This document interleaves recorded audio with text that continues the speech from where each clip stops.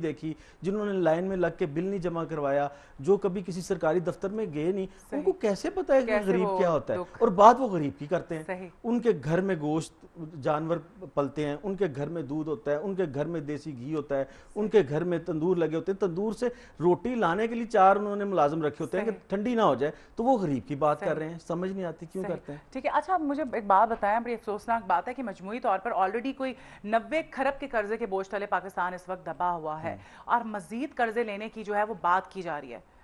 مطلب کافی نہیں تھے اتنے, ہم آلریڈی مقروض ہیں, اس کے باوجود اور قرضے, کیا ہے یہ سلسلہ؟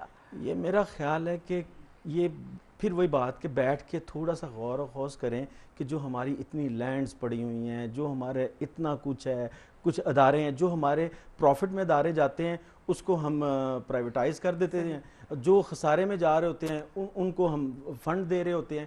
یہ پلاننگ کر لیں. یہ 90 کھرب روپیہ کوئی اتنی بڑی بات نہیں ہے, صرف یہ سر جوڑ کے بیٹھے. ایون آپ کا سٹنگ جو فنانس منسٹر ہے وہ کہہ رہا ہے کہ جی گورنمنٹ کے اخراجات بہت زیادہ ہیں. اس سے بڑا اور گورنمنٹ کے منہ پہ کیا تماشا ہوگا. گورنمنٹ سے ہم گورنمنٹ سے مراد موجودہ گورنمنٹ ہی لیتے ہیں, یہ نہیں جتنی بھی حکومتیں ہیں.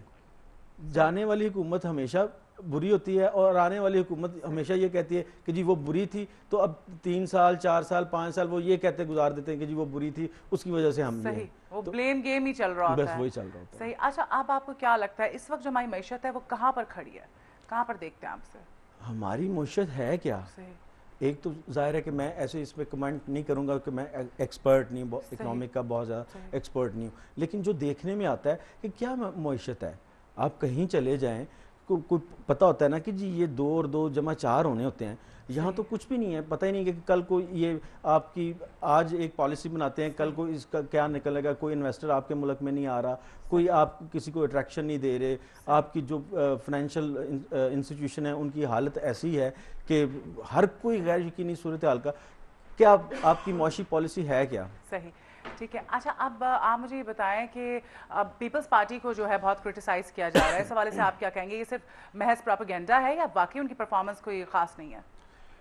پرفارمنس تو جتنے بھی ان کے کولیشن پارٹنر ہیں وہ سب کی ایک ہی جیسی ہے, لیکن بدقسمتی یہ کہہ لیں کہ ان کے سپوکس مین یا جو ان کے ایڈوائزر ہیں وہ کچھ اتنے توجہ نہیں دے رہے میڈیا کی طرف سے کہ وہ اپنے آپ کو ڈیفینڈ نہیں کر رہے. باقی پیپلز پارٹی ہو, نون لیگ ہو, وہ فضل الرحمان ہو, وہ ایم کیو ایم ہو, وہ اے این پی ہو, سب کی پرفارمنس ایک جیسی ہے. اگر نواز شریف کیوں نہیں آتا, کیوں نہیں وہ گورنمنٹ میں آتا, کیوں وہ پرپوزل نہیں دیتا کہ جی یہ کر دیا جائے. وہ ہمیشہ ایک ہی بات کرتے ہیں کہ جی انصاف ختم ہو گیا تھا, وہ عامر نے یہ کر دیا تھا. یار کر دیا تھا, اس کو لٹکا دیں, گولی مار دیں, آگے چلے نا, کچھ بتائیں کہ کیا کرنا کیا ہے. بالکل. اچھا یہاں پر ہم ایک کال لے لیتے ہیں. جی السلام علیکم. جی السلام علیکم, میڈم ایوب بول رہا ہوں. کیا حال ہے ایوب صاحب, کیسے مزاج ہیں؟ ٹھیک ہے میڈم. میں ایک ایسی تعلیم کے مطابق بات کرنا چاہتا ہوں کہ جب پاکستان بنا نہیں تھا, ایک واحد آدمی تھا سر سید احمد خان. ان کے پاس نہ کچھ ذرائع تھے, نہ وہ سرمایہ دار تھے, نہ جاگیردار تھے, نہ کچھ تھے. انہوں نے, آپ دیکھیں کہ اکیلے آدمی نے پورے بر صغیر کے مسلمانوں کے لیے انہوں نے تعلیم کا بندوبست کیا اور پاکستان کی بنیاد انہوں نے رکھی. آج میں حیران ہوں کہ اس آدمی کا ہمارے ٹیکسٹ بک میں کوئی ذکر ہی نہیں ہے, کوئی پارٹی اس کو ماڈل نہیں بنا دی. اگر اس آدمی کو ماڈل بنائے اور لوگوں کو بتایا تو آپ مجھے پتا ہے کہ اس آدمی نے بغیر ذریعے کے پورے صغیر کے مسلمانوں کو اس نے تعلیم دی. اور آج ہمارے پاس اتنے لوگ ہیں, حکومت ہماری ہے اور ہم تعلیم کے لیے ہو رہے. میڈم یہ تو ایک بڑی اس کی بات ہے. مجھے یہ نہیں بولا کہ اس کو بھلا کیوں کیا ہے. اتنی عظیم شخصیت کو اگر آج وہ یہودی ہوتا, ہندو ہوتا یا انگریز ہوتا, آپ یقین کریں کہ اس صدی کا سب سے بڑا فلسفر اور ایجوکیشنسٹ ہوتا. لیکن کیونکہ وہ مسلمان ہے تو اس کی کوئی قدر نہیں ہے. آپ کو اپنی خدمات دیکھیں کہ اس اکیلے اپنے نام کے پاس کوئی ذرائع تھے, اسے پورے بر صغیر کے مسلمانوں کو انہوں نے تعلیم. بیوٹیفل, بہت خوبصورت آپ نے بات کی اور بالکل درست فرمایا, اس پر ہم بات کرتے ہیں. اچھا آصف علی بھٹو صاحب, واقعی اگر دیکھا جائے تو یہ جو ہمارے ہیروز تھے سر سید احمد خان صاحب اکیلے تھے, انہوں نے اتنی ایفرٹ کی.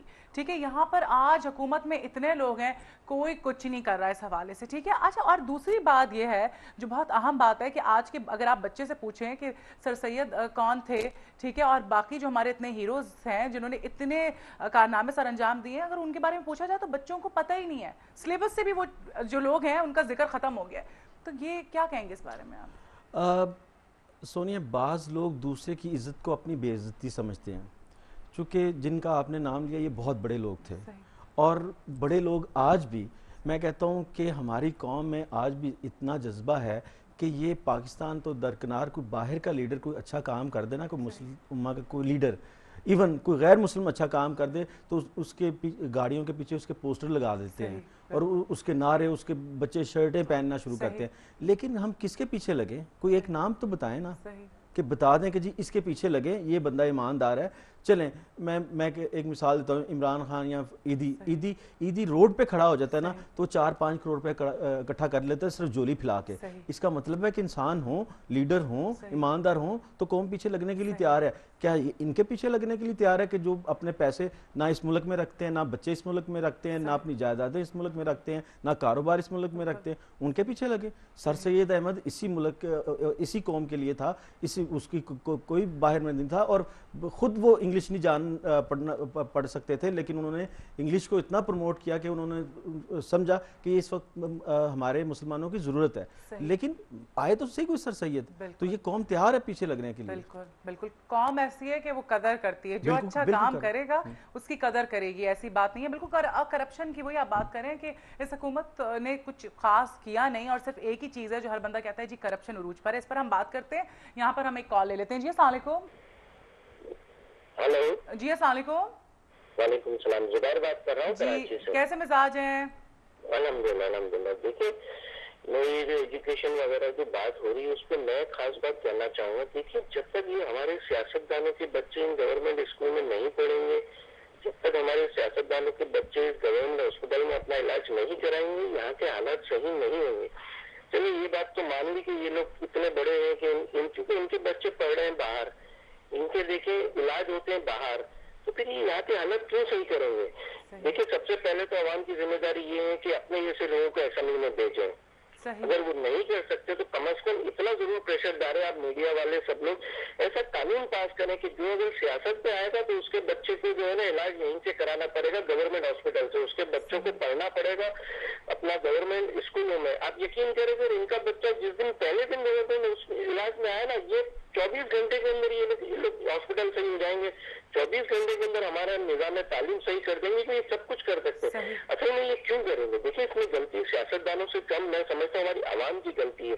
ہم عوام پچھلے 30 سال سے باریاں لگانے میں لگے ہوئے ہیں، مطلب کم از کم میں سمجھ میں نہیں آتا ہم عوام کی، جس سے مار کھاتے ہیں پھر اسی کو لے کر آتے ہیں، پھر اسی کے پیچھے نعرہ لگاتے ہیں۔ تو دیکھیں، سیاستدانوں کی غلطی نہیں ہے، ہماری زیادہ غلطی ہے، ہم پھر باریاں لگانے میں لگے ہوئے ہیں، اور ہمیں پتا ہے کہ ان سب کے بچے باہر پڑھ رہے ہیں، ان کے بچے ذرا سا بھی ان کو چیخ بھی آئے گی نا تو علاج بھی لندن میں جا کے کراتے ہیں۔ بالکل زبیر صاحب، آپ کو ہم اتنے جی آپ کو یاد ہے یہی سوال ایک دفعہ کیا گیا تھا، ایک ایم پی اے تھے، میں نام نہیں لوں گی، تو ان کا یہ کہنا تھا، ان کے لیڈر کی جو اہلیاں ہیں ان کی علاج کے لیے باہر جاتے ہیں، تو ان کا یہ کہنا تھا کہ جی وہ اپنے جیب سے خرچہ کرتے ہیں۔ وہ یہ بات ماننے کو تیار نہیں، کہا بھائی اپنے جیب سے کوئی خرچہ کرے تو باہر جا کے علاج کرا سکتا ہے۔ مسئلہ یہ نہیں ہے جیب کے خرچے کا، مسئلہ یہ ہے کہ بھائی جب تک آپ یہاں پہ علاج نہیں کراؤ گے تو ان کے ہاسپٹل صحیح کیسے ہوں گے؟ وہ کوئی اگزامپل سیٹ ہی نہیں کرنا چاہتے۔ یہی میں سیاستدانوں سے پوچھوں تو اصل میں یہ آصف علی پوتا صاحب صحیح کہہ رہے ہیں کہ یہ کبھی بس میں بیٹھے ہو تو ان کو احساس ہونا کہ یہ غریب سوال کیوں کر رہا ہے۔ یہ تو یہ کہتا ہے کہ ہمارے پاس تو پیسے ہی اتنے ہم جائیں گے۔ ارے بھائی، مسئلہ پیسوں کا نہیں ہے، مسئلہ احساس کا ہے، اس کا لائن میں لگا ہوا